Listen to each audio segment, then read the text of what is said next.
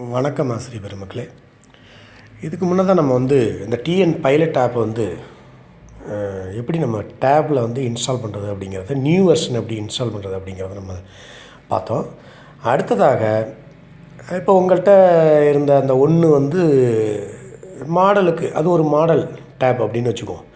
இப்போ மீதம் நான் உங்கள்கிட்ட ஒரு 2 இல்லை 3 மாணவருடைய எண்ணிக்கையுடைய உங்களுக்கு வழங்கப்பட்ட அந்த டேபினுடைய எண்ணிக்கையும் இருக்கும். சரிதானே? சரி. இப்போ அந்த டேபில் நீங்கள் நீங்களாகவே எப்படி அந்த இதை இந்த நியூ வெர்ஷனை எப்படி ஆட் பண்ணுறது அப்படிங்கிறத தான் அந்த வீடியோவில் நம்ம பார்க்க போகிறோம். ஒன்றும் இல்லை, முதல்ல இப்போ நம்ம ஏற்கனவே இப்போ நம்ம செஞ்சது என்ன பண்ணோம், ஏற்கனவே இருந்த அந்த பழைய ஆப்பை டிஎன் பைலட் ஆப்புங்கிற அந்த ஓல்டு வெர்ஷனை நம்ம அன்இன்ஸ்டால் கொடுத்தோமா.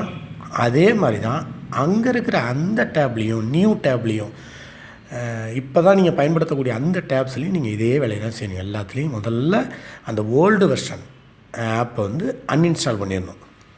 செஞ்சிட்டிங்களா?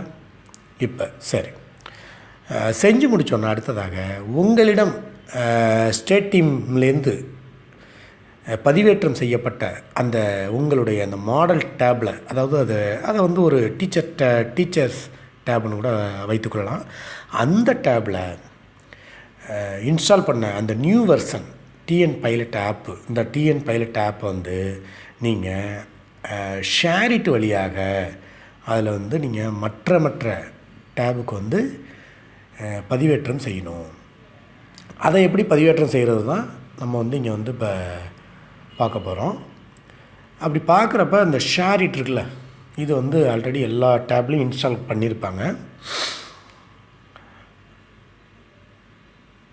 அப்படி பண்ணும்போது உங்கள்கிட்ட இருக்கக்கூடிய கையில் இருக்கக்கூடிய அந்த டேப்பில் நீங்கள் என்ன பண்ண போகிறீங்க, நீங்கள் யூஆர்ஏ சென்டர் நீங்கள் அனுப்ப போகிறீங்க. அப்போ சென்டை நம்ம இது பண்ணிக்கணும், ப்ரெஸ் பண்ணிக்கணும்.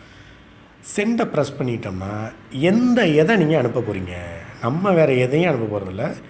இது எஜுகேஷன் ஓரியன்டு, ஸ்டூடெண்ட் ஓரியன்டு அப்படிங்கிறதுனால நம்ம இந்த டிஎன் பைலட் ஆப்பை தான் நம்ம கிளிக் பண்ணிக்கணும்.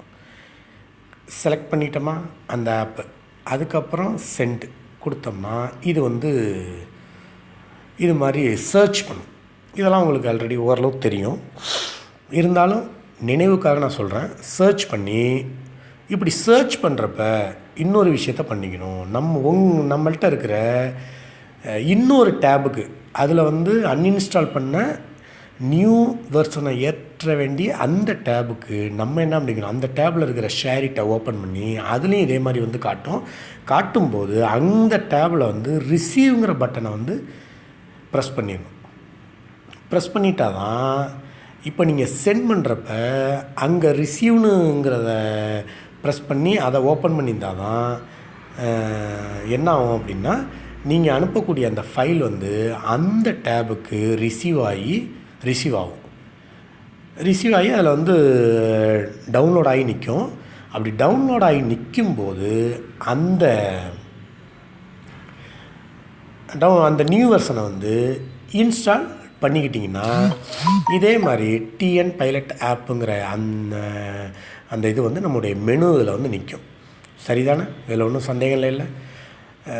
சந்தேகம் உங்களுக்கு என்ன சந்தேகம்ங்கிறது ஏற்படும். அப்படி ஏற்படக்கூடிய விஷயங்களை நான் மீண்டும் வேறு ஒரு வீடியோவில் உங்களுக்கு அதை கிளியர் பண்ணுறேங்கிறத மட்டும் தெரிவிச்சுக்கிட்டு, இந்த வீடியோவை உங்களுக்கு பிடிச்சிருந்தா லைக் பண்ணுங்கள், மற்ற ஆசிரியர்கள்ட்ட ஷேர் பண்ணுங்கள்.